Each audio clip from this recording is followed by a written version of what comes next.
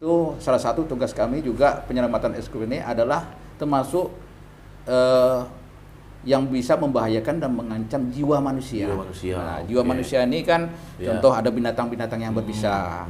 Ya, kita tahu ular, ular kobra, ular sanca, biawak, ya tawon. Yang hari ini boleh katakan hampir setiap hari masyarakat kita itu setelah kita publikasikan mereka mengetahui ternyata damkar ini bukan hanya menangani masalah kebakaran, tetapi tugas-tugas non kebakaran itu menjadi bagian tugas kami. Ya. Sebetulnya ini bukan yang asing, fasilitasi dan simulasi agar kecamatan itu membentuk satuan relawan pemadam kebakaran. Nah, di setiap kelurahan di desa. Nah, kita berharap ini apabila terjadi kebakaran di luar respon time kita, di luar radius kita, artinya penanganan awal dini itu masyarakat setempat. Nah, masyarakat setempat.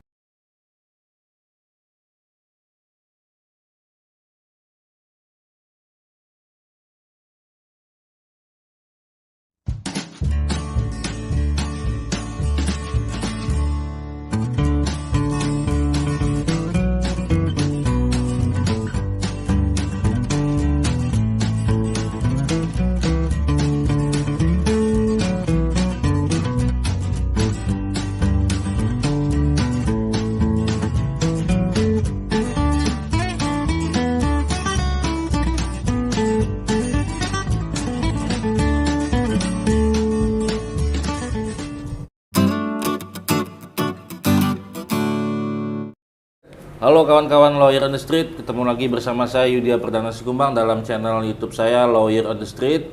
Alhamdulillah kali ini di segmen inspiratif kita Lawyer on the Street kedatangan dari Dinas Pemadam Kebakaran atau DPKP, Dinas Pemadam Kebakaran dan Penyelamatan, Pak ya. Nah, ada Pak Ediwan Sasbi, Pak Iwan Seprianto, Pak Muhammad Ridwan. Nah, jadi kali ini kita akan membahas mengenai sepak terjang damkar atau DPKP Inhil yang saat ini sangat eksis di Inhil ya. Ada hal yang menarik yang akan kita bahas nantinya. Nah, sebelum kita bahas kita akan menyapa dulu Pak. Apa kabarnya Pak? Kabar baik. Pak Ediwan Sasbi. Oke, Pak Iwan, sehat ya? Dari kantor tadi nih ya? Iya Pak. Nah, saya tuduh poin aja nih Pak. Sangat tertarik dengan DPKP Inhil atau damkar Inhil. Apalagi belakangan sangat eksis. Kita baca aja ya di media sosial itu banyak melakukan evakuasi seperti kayak ular yang masuk ke rumah warga, menangkap biawak segala macam. Nah, ini hal menarik menjadi buah bibir juga nih di netizen di medsos gitu. Kenapa damkar Inhil mengevakuasi hewan-hewan liar segala macam? Nah, ini perlu kita sampaikan juga pada damkar. Apakah memang ada tugas damkar di situ? Nah, atau seperti apa? Nah, kalau kita berlihat di luar negeri kan memang ada fungsi tersebut. Nah, gitu. Maka ini akan kita sampaikan dulu kepada Bapak-bapak lah, bisa jelaskan biar masyarakat paham dan kawan-kawan Lawyer on the Street khususnya yang menonton dimanapun berada bisa memahami apakah apa saja itu fungsi dari damkar ya, DPKP. Fungsi penyelamatannya memang ada atau gimana gitu. Karena eksistensi damkar ini saya melihat ketika Pak Ediwan Sasbi makin naik nih rating damkar Inhil, begitu Pak yang saya lihat. Amin. Coba bisa Pak Ediwan Sasbi jelaskanlah kepada pemirsa yang menonton. Jelaskan dulu. Baik, terima kasih untuk pemirsa, penonton yang ada di Kota Tembilahan khususnya dan Indragiri Hilir pada umumnya yang menonton pada siaran hari ini. Saya hari ini bersama saya Dr. Andes Ediwan Sasbi bersama selaku Kepala Dinas Pemadam Kebakaran dan Penyelamatan Kabupaten Hilir. Saya didampingi oleh dua kabit, kabit pencegahan Pak Iwan Saputra, kemudian Pak Muhammad Ridwan, ini kabit penyelamatan. Memang tidak semua masyarakat banyak tahu, mungkin memahami. Karena asumsi Dinas Pemadam Kebakaran itu kan menangani kebakaran ketika terjadi kebakaran. Nah, sesuai dengan tujuan Dinas Pemadam Kebakaran Penyelamatan ini memberikan perlindungan dan keselamatan kepada masyarakat yang terancam bahaya kebakaran dan non kebakaran. Nah, di mana dalam tugas-tugas kami selaku Dinas Pemadam Kebakaran Penyelamatan itu melaksanakan tugas fungsi kami melaksanakan operasi darurat kebakaran dan operasi non darurat kebakaran. Nah, operasi darurat kebakaran itu terbagi atas beberapa bagian lagi. Ya, mulai kami melakukan pencegahan, kemudian pengendalian dan pemadaman kebakaran, penyelamatan dan evakuasi sampai ke investigasi. Ya, ini memang semua masyarakat bisa mengenal tugas-tugas kami. Dan memang dalam 2 tahun terakhir ini kami sudah mencoba mensosialisasikan kepada masyarakat bahwa damkar itu dalam bertugas dan bekerja sebetulnya antara menangani kebakaran dan penyelamatan itu sudah berjalan. Contoh saja ketika terjadi kebakaran kan. Jadi ketika terjadi kebakaran itu kita bukan hanya tugaskan bagaimana meminimalisir atau mengurangi risiko kebakaran itu terjadi, tapi kita yang juga menyelamatkan bangunan, kemudian menyelamatkan orang, jiwa orang, kemudian harta benda. Nah itulah mungkin salah satu tugas fungsi penyelamatan dan rescue yang ditugas di kami gitu kan. Nah tidak semua orang tahu pada saat penugasan itu kita melaksanakan operasi itu. Nah itu yang terkait masalah kebakaran ya. Nah kemudian karena kan kalau kita melaksanakan tugas-tugas kebakaran ini itu kan sifatnya insidentil sewaktu-waktu. Itu kapan-kapan terjadi baru kita bisa action di masyarakat. Nah sementara salah satu tugas pokok fungsi kita itu adalah terkait masalah penyelamatan dan evakuasi. Dan penyelamatan evakuasi itu ini tertuang di dalam Peraturan Menteri Permendagri 114 2018 ya. Di situ salah satu tugas kami juga penyelamatan evakuasi ini adalah termasuk yang bisa membahayakan dan mengancam jiwa manusia. Nah, jiwa manusia ini kan contoh ada binatang-binatang yang berbisa. Ya, kita tahu ular, ular kobra, ular sanca, biawak, tawon. Yang hari ini boleh katakan hampir setiap hari masyarakat kita itu setelah kita publikasikan mereka mengetahui ternyata damkar ini bukan hanya menangani masalah kebakaran, tetapi tugas-tugas non kebakaran itu menjadi bagian tugas kami. Sebetulnya ini bukan yang asing, cuman kita di Inhil baru 2 tahun inilah kita mulai bergerak untuk itu. Nah gini Pak, saya kan ada membaca nih, tadi kata Bapak ada aturan Permendagri-nya tahun berapa tuh? 2018.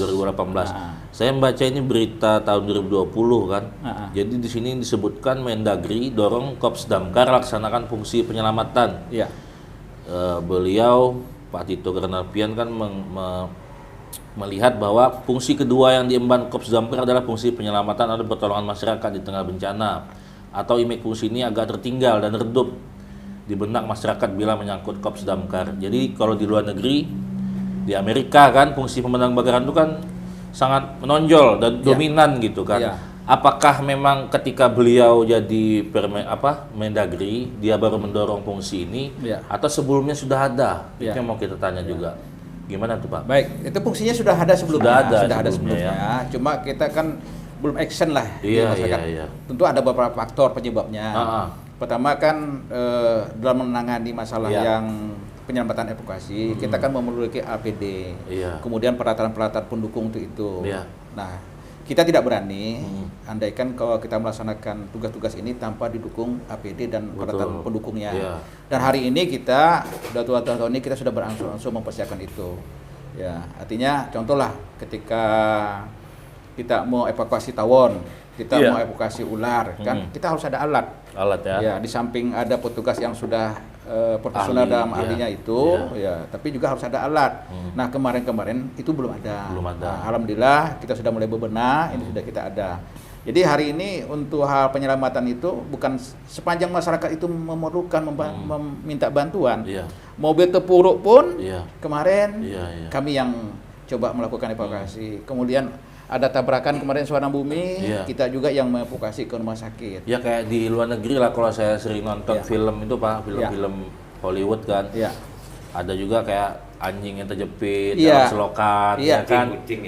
Gempa bumi segala macam. Memang dari damkar kalau di luar negeri itu. Ya mungkin yang dimaksudkan Pak Tito Karnavian ya menonjolkan hal ini gitu. Cuman kan masyarakat kan belum sepenuhnya ini mengetahui. Nah, sepanjang yang Bapak ketahui lah sebagai Kepala Dinas Damkar kan, sudah sejauh mana masyarakat mengetahui ini? Khususnya Kota Tembilan saja lah dulu. Ya. Sejauh mana? Ya, semenjak kita melakukan sosialisasi, kemudian kita melakukan gerak cepat terhadap respon masyarakat ketika masyarakat itu minta bantuan. Alhamdulillah, masyarakat sudah banyak mengetahui. Kalau kita menghitung banyaknya, tapi kalau khusus untuk Kota Tembilahan ini mereka sudah mengetahui. Bahkan kemarin setelah kucing yang ada di bangunan tinggi yang tak bisa keluar, kita ditelepon. Ya, kita telepon. Ya, alhamdulillah kalau untuk masyarakat Kota Tembilahan sudah hampir semua bisa mengetahui ini. Kemudian kita di bulan puasa di ulang tahun Damkar kemarin, kita sudah mengedarkan selebaran dalam bentuk pamflet. Kemudian juga kita kemarin dengan Radio Indra Dagiri juga sudah mensosialisasikan ini, sehingga masyarakat yang di luar Kota Tembilahan pun sudah ada komunikasi kita. Akhirnya mereka tahu. Mungkin bukan hanya terkait masalah penanganan masalah non kebakaran, tetapi yang kebakaran juga. Karena juga banyak pertanyaan masyarakat kepada kita, kenapa Damkar lambat penanganan kebakaran? Contohnya mungkin di daerah Kempas, atau mungkin daerah Stensil di sana. Karena ini juga terkait masalah ada namanya emergency response time. Emergency response time ini terkait dengan radius penanganan kami. Radiusnya. Daerah yang ada daerah yang dilindungi dan ada daerah yang tidak dilindungi. Nah, yang daerah yang emergency response time ini itu daerah yang dilindungi itu dengan radiusnya 7,5 km. 7,5 km.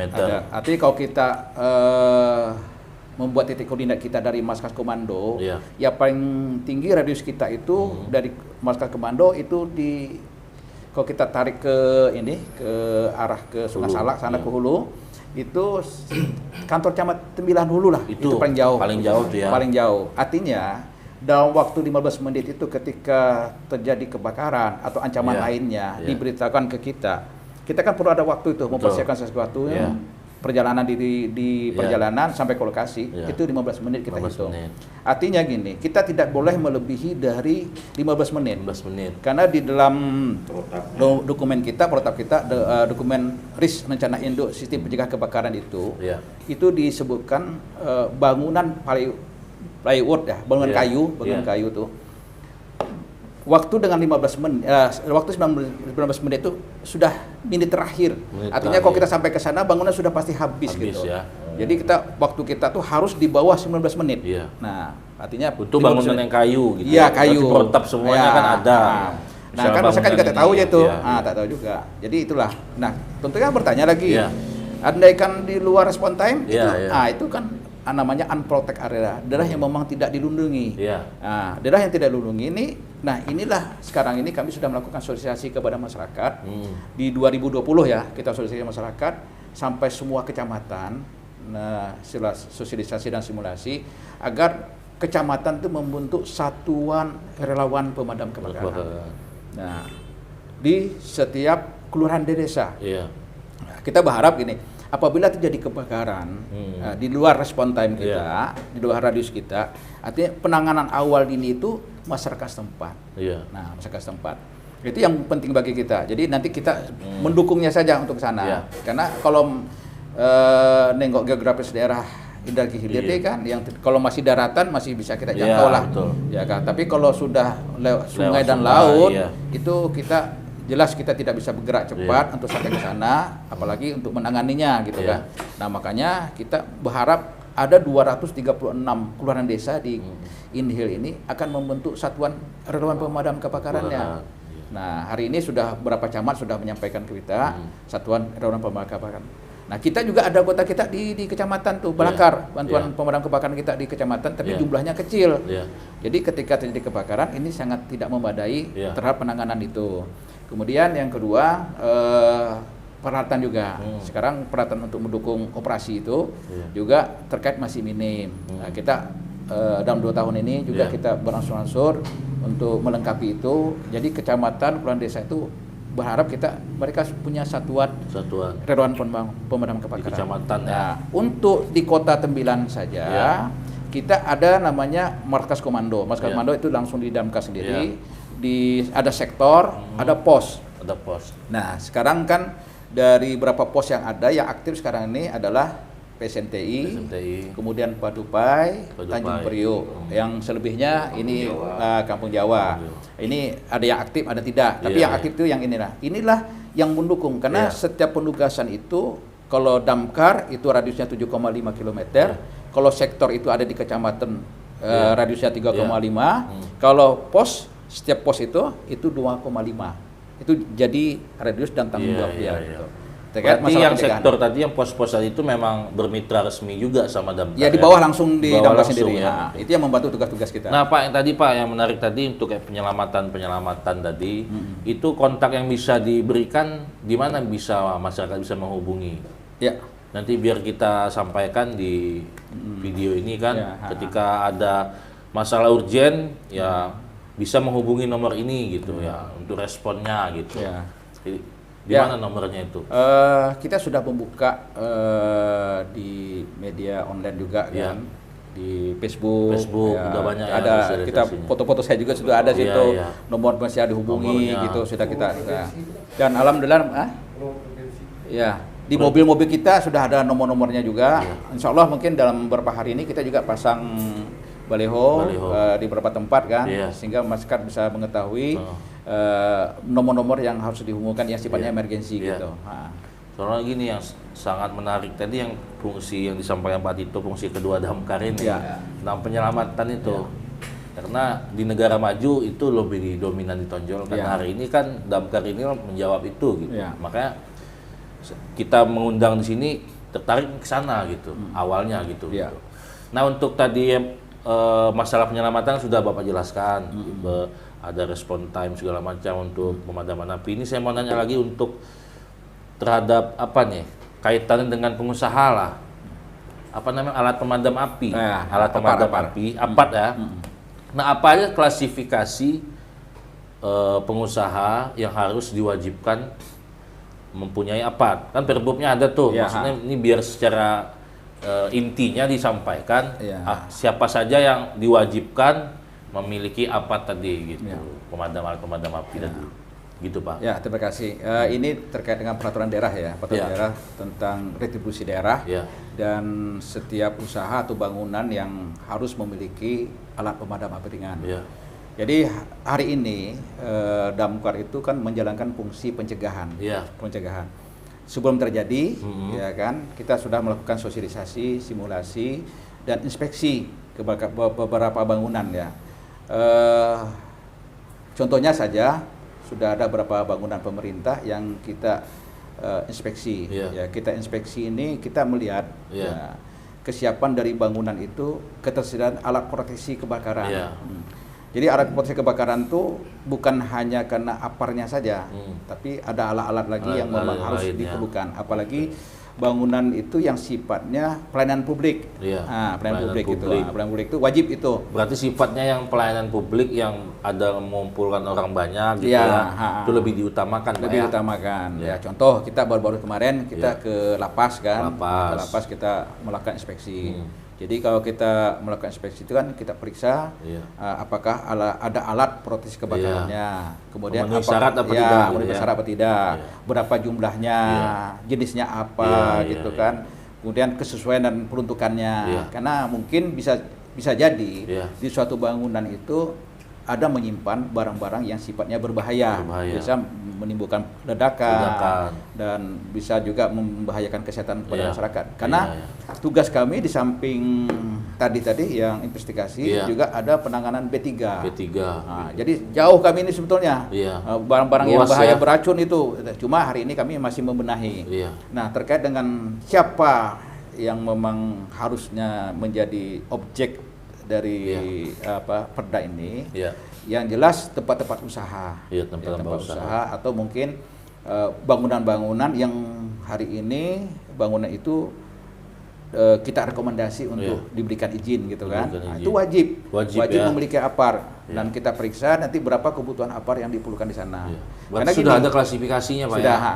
Nanti kita periksa, kita inspeksi gitu kan. Nanti baru mereka tahu berapa kebutuhan APAR yang ada di sana. Dan kita berharap dengan adanya peraturan daerah ini, ya kan, nanti masyarakat itu, terutama yang ada tempat-tempat usaha itu wajib lah, saya mewajibkan untuk memiliki APAR, alat pemadam. Kenapa? Karena apabila terjadi ancaman bahaya kebakaran itu terjadi, yang wajib menangani itu adalah pemilik bangunan. Pertama kali Pak ya. Pertama kali. Nah, karena jangan sampai api ini nanti merambat kemana-mana. Karena kalau api itu sudah besar, ini artinya kan banyak kerugian yang bisa ditimbulkan, harta benda, bahkan jiwa. Ya contoh yang Wisma Abu yang terjadi kemarin kan, sudah kebakaran juga kan, bahkan korban itu. Ini juga masyarakat juga tidak mengetahui bahwa ketika terjadi kebakaran itu ada bahaya-bahaya bisa mengancam mereka, bukan apinya saja. Tapi asap yang ditimbulkan itu sangat berbahaya. Ada 9 jenis racun yang bisa membahayakan kepada masyarakat. Nah, itu kami juga sosialisasi masyarakat. Apabila itu terjadi, nah penyelamatan itu kan tidak harus menunggu damkar sendiri, tapi kita harus bisa menyelamatkan diri kita sendiri. Bagaimana cara sih menyelamatkan ketika kita dihadapkan ancaman seperti itu? Nah, ini kami juga sosialisasikan masyarakat. Ya, di samping tadi harus ada alat proteksi ya. Misalnya dibangun ini, pengen tidak ada satu APAR yang berfungsi ya. Karena banyak juga kita lihat di masyarakat mereka punya APAR, tapi sudah kita cek tidak berfungsi. Tidak berfungsi. Kenapa tuh? Nah, dia kan ada masa kadaluarsa.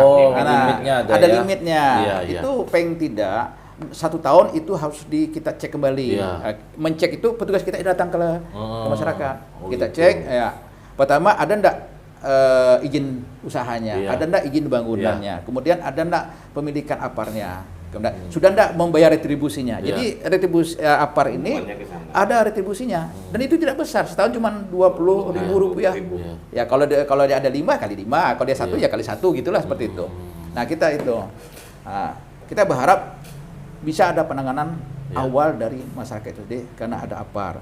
Jadi kan masyarakat kan ini berpikir untuk apa ada APAR, kan itu kan bisa ditangani gitu kan. Tapi kalau istilahnya tidak tahu fungsi APAR ini, tidak bisa cara menggunakan, juga tidak bisa memanfaat untuk kepada orang itu. Makanya kita sering mensosialisasikan kepada masyarakat. Masyarakat boleh saja, masyarakat nanti misalnya andaikan mereka punya APAR, minta dicekkan ke kita bisa dicekkan di Maskal Komando kita kan. Kemudian kita periksa itu, kita kasih label. Ada label stiker, ada kita stiker. Ketika kita periksa, kalau ini berfungsi, kita pasang stikernya, dan ini kita hitung setelah kita periksa untuk 1 tahun ke depan. Nah, menjelang 1 tahun ke depan itu masyarakat wajib untuk melakukan pemeliharaan, artinya mencek apakah APAR ini berfungsi atau tidak dengan cara yang sederhana gitu. Itu bisa kita tunjukkan. Nah, kita khawatir nanti ketika mereka ditanya punya APAR, tapi ketika kita cek, kan ada juga masyarakat nih, kita cek mereka tidak mau dicek APAR-nya. Alasannya kenapa tuh? Ya mungkin kita tidak tahu ya, mungkin di penggunaan ini Pak, kan jarang gitu. Iya, jarang. Mereka menganggap sudah ada APAR sudah cukup. Gitu. Nah, gitu kan. Padahal kita memeriksa itu di samping untuk mengambil penjagaan dini, dan kita menarik retribusi, kemudian kita berfungsi atau tidak. Nah, andaikan nanti ini berfungsi, mungkin kita berikan stiker, tidak ada masalah. Nah, kalau tidak berfungsi, tak khawatirnya nanti apabila digunakan, ini juga berfungsi, tapi sudah tidak memenuhi persyaratan, itu jadi racun. Jadi racun ya. Nah, bisa membahayakan kepada penggunanya. Kalau dia digunakan langsung. Nah, apalagi nanti tidak tahu cara menggunakan, karena handle-nya pin di situ, kalau tak menggunakan itu bisa menghantam ke muka kita. Kalau itu sangat juga berbahaya. Nah, cuman alat yang proteksi kebakaran ini dia kan macam-macam itu. Ada yang namanya APAR, APAP, ya. Kemudian ada namanya bola api, ada namanya selimut api. Jadi tergantung pemiliknya mana mau digunakan. Hotel gitu kan. Nah, itu hotel itu kan wajib tuh. Wajib harus memiliki APAR itu. Kemudian harus wajib memiliki sumber-sumber air. Nah, kita tahu kan Inhil nih di mana titiknya kan, diambil airnya. Kita tahu Berarti termasuk sosialisasi damkar juga Pak ya? Iya, iya. Misalkan di hotel di mana tempat airnya itu ada inspeksi juga kan berarti kan? Kemarin kan ada hotel apa yang di Lorong kemarin ya? Lorong mereka minta kita lakukan inspeksi, lakukan sosialisasi. Kita juga tergantung permintaan. Kita kan masih terbatas juga kalau kita datangi setiap kantor-kantor atau tempat usaha mungkin kita terbatas. Karena sama lah yang kemarin juga Pak, yang kita pas kepala PLN di sini, kan mereka ada juga tindakan pencegahan kayak pengecekan instalasi listrik, kapan itu harus dicek, kapan harus diganti. Karena ketika instalasi itu sudah tidak layak, maka kan pemicu juga. Boleh juga kita meminta. Gitu. Jadi mungkin ada kaitan juga lah mungkin ya dengan listrik ini. Memang berdasarkan hasil investigasi kami, hasil evaluasi kami, memang pemicu dari kebakaran ini banyak disebabkan karena instalasi listrik. Kenapa? Karena kan pertama kan di aturan di PLN itu kan seharusnya tidak 10 tahun sekali wajib lakukan pemeriksaan atau mungkin mengganti alat-alat. Kalau terakhir beliau bilang 5 tahun sekali. Iya, 5 tahun. 5 tahun sampai 10 mungkin lah sekitar itu ya. Pemerintah melakukan pengecekan itu. Kemudian kelalaian mungkin diakibatkan tidak menggunakan peralatan listrik yang SNI standar. Jadi itu juga penyebabnya. Itu yang lebih menonjol penyebabnya kebakaran. Di samping penyebab-penyebab lainnya.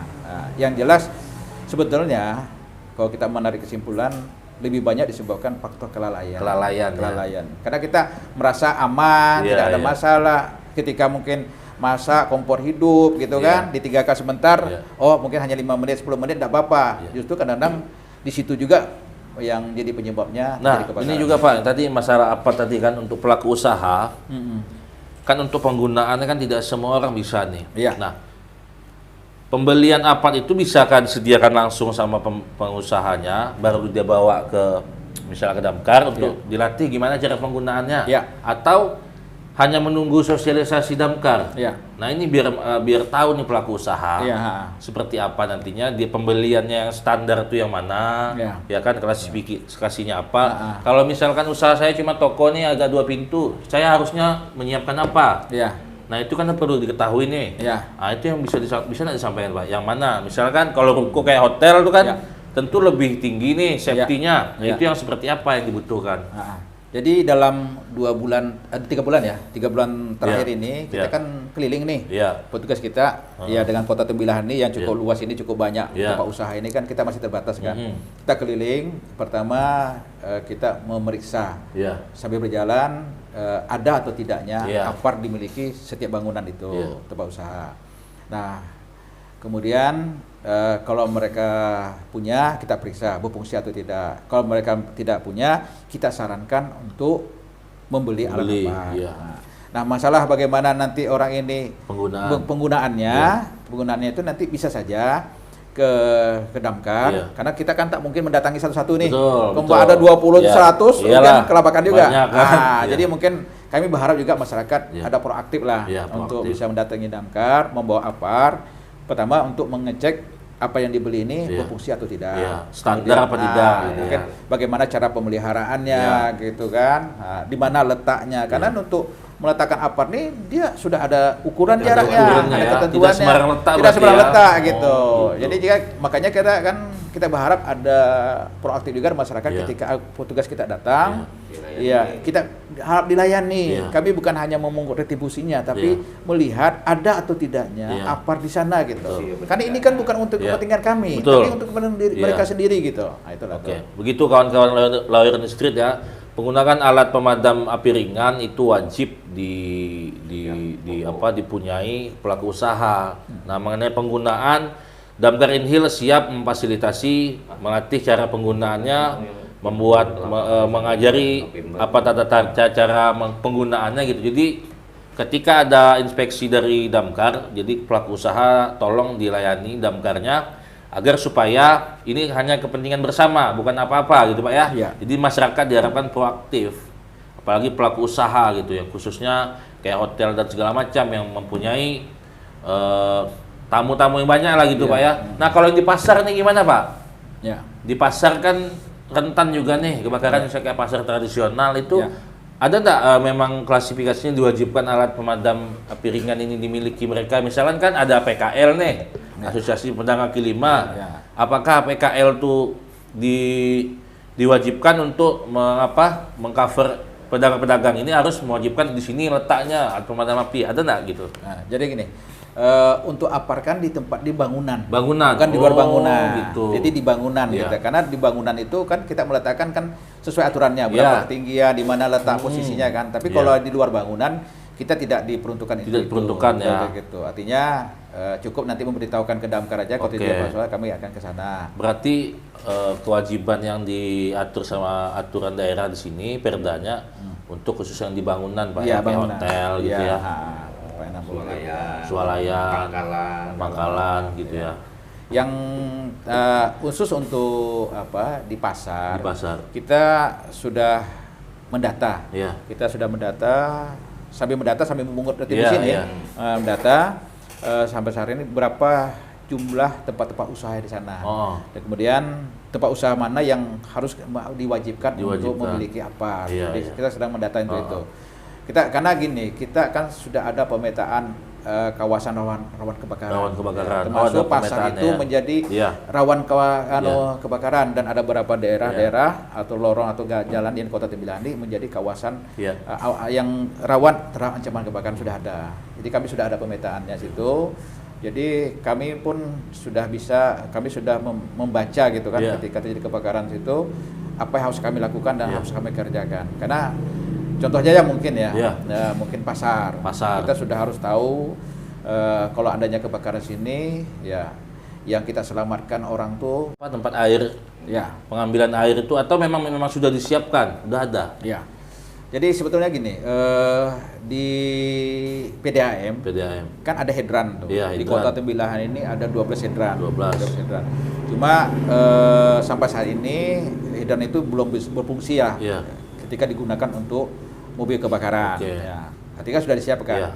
Cuman sekarang ini kita kan berharap sumber air itu kan dari sungai atau mungkin yang paling terdekat di Suberantas ini, ujung, itu sumber air atau di laut apa semuanya, kolam-kolam itu ya.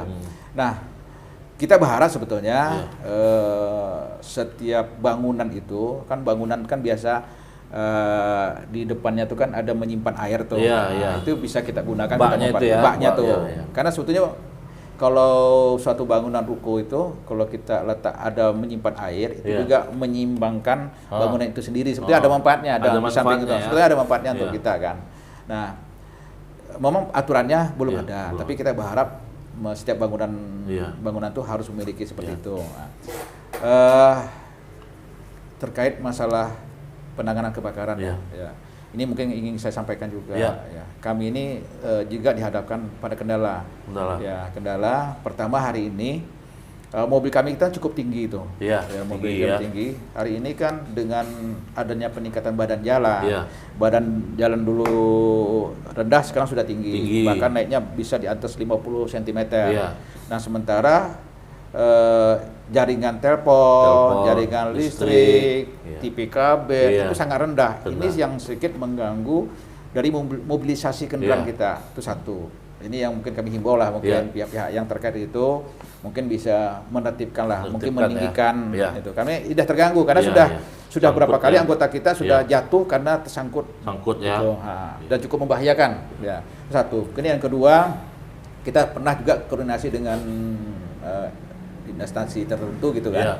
Kita minta untuk pembangunan gang, lorong itu sudah harus menyesuaikan dengan ukuran pertama beban kendaraan, kemudian besarnya kendaraan mobil kebakaran. Kenapa? Hari ini perkembangan jumlah penduduk dengan bangunan yang ada di Kota Tembilahan ini dulu kan masuk lorong itu sudah jauh gitu kan. Sehingga mobil pemadam kebakaran ini susah masuk ke lorong dan gang itu. Makanya kita menghimbau kalau bisa nanti standarisasi untuk lorong gang itu memang ukuran mobil pemadam lah. Betul. Satu lagi, kemudian yang kedua kan biasanya di gang-gang itu kan dibangun ini gapura-gapura gitu. Gapura kita ya. gapura tuh kalau kita tidak ada penghalang melintang gitu, cukup mungkin seperti yang di Bali berdiri tegak gitu saja. Jadi kita mudah masuk. Nah, ini yang jadi kendala kita. Itu hambatan-hambatan juga ya, ya di lapangan, hambatan ya. kita di lapangan. Harapan kita kan jangan sampai istilahnya jangan masyarakat membuat pintu gerbang bisa menghalangi petugas kebakaran untuk masuk. Apalagi portal. Kemudian mungkin saya sedikit juga menyinggung, kita ini kan penanganan kebakaran ini kan apabila terjadi kebakaran, banyaknya masyarakat yang menumpuk di suatu tempat, menonton. Sehingga kan gitu ya. sementara kan mobil kita ini kan bergerak tuh. Ketika habis air kita harus mengambil air lagi kan, mengambil air lagi. Nah, ketika itu terjadi, akhirnya gerak cepat kita lambat. Seharusnya kita bisa menangani satu rumah, tidak merebek rumah lain. Ini karena mungkin bergeraknya mobil harus mengisi air dan lambatnya, akhirnya menyebabkan kebakaran makin meluas. Ini yang kita. Jadi kita mengharapkan masyarakat juga agar apabila terjadi kebakaran itu masyarakat setelahnya dapatlah membantu damkar ini. Pertama kendaraannya tidak menghalangi dan tidak jadi penonton di sana. Kalau membantu ya silakan membantu gitu kan. Jadi jangan penonton, sehingga aktivitas kita lancar dan mudah. Jadi penanganan kita itu sesuai dengan tujuan kita, ingin melindungi dan menyelamatkan masyarakat yang situ gitu. Oke, terima kasih kepada Damkar Inhil hari ini sudah berbagi. Ya, diharapkan nanti kepada yang menonton bisa memahami lagi apa tupoksi yang lebih detailnya di DPKP atau Damkar Inhil ini. Nah, terakhir Pak, apa harapannya untuk Inhil Pak? Satu kata aja Pak. Ya, harapan saya untuk ini bisa bekerja sama dengan Damkar, terutama terkait masalah informasi yang cepat terkait ada ancaman bahaya kebakaran atau non kebakaran. Kami akan merespon dengan cepat apabila masyarakat juga memberitahukan dengan segera gitu. Jadi kawan-kawan Lawyer on the Street, apabila kawan-kawan Lawyer on the Street ada butuh masalah yang urgent, misalnya untuk penyelamatan atau misalnya rumahnya ada binatang buas atau segala macam, binatang liar gitu, silakan hubungi Damkar Inhil. Kalaupun ada titik api, misalkan instalasi listrik yang menyebabkan api, langsung cepat ambil tindakan dan hubungi Damkar Inhil karena akan direspon dengan cepat, apalagi khusus yang di daerah apa tadi Pak namanya? Ya, daerah kawasan ancaman bahaya kebakaran. Ancaman bahaya kebakaran direspon apa yang respon time. Respon time 7,5 km itu durasinya. Jadi kalau masih di wilayah itu Damkar pasti cepat menanggapi hal itu. Jadi terima kasih nih Pak kepada Pak Edi Wasasbi selaku Kepala Dinas Kebakaran, Pak Kaba sama Pak Kaba juga ya? Pak Kabid sudah hadir di sini. Semoga dengan adanya tadi penyampaian dan bincang-bincang kita, masyarakat bisa lebih memahami apa tupoksi dari Damkar Inhil kan, kemana arah ininya, dan pelaku usaha tadi paham dengan kenapa harus diwajibkan adanya APAT di tempat usahanya begitu. Jadi terakhir Pak, tolong disampaikan juga kepada kawan-kawan Lawyer on the Street tetap support channel ini, like, share, dan komen. Nah, gitu sampaikan Pak Lawyer on the Street. Silakan Pak. Terima kasih untuk kawan-kawan di Lawyer on the Street untuk subscribe ya. Ya, subscribe, like, dan komen. Apa namanya sini? Lawyer on the Street podcastnya ya, agar channel ini selalu produktif gitu. Ya, agar channel ini bisa kondusif gitu. Kita support untuk Pak YP Kobang untuk kegiatan ini. Ya, terima kasih ya Pak. Ya. Yuk. Sukses untuk Damkar.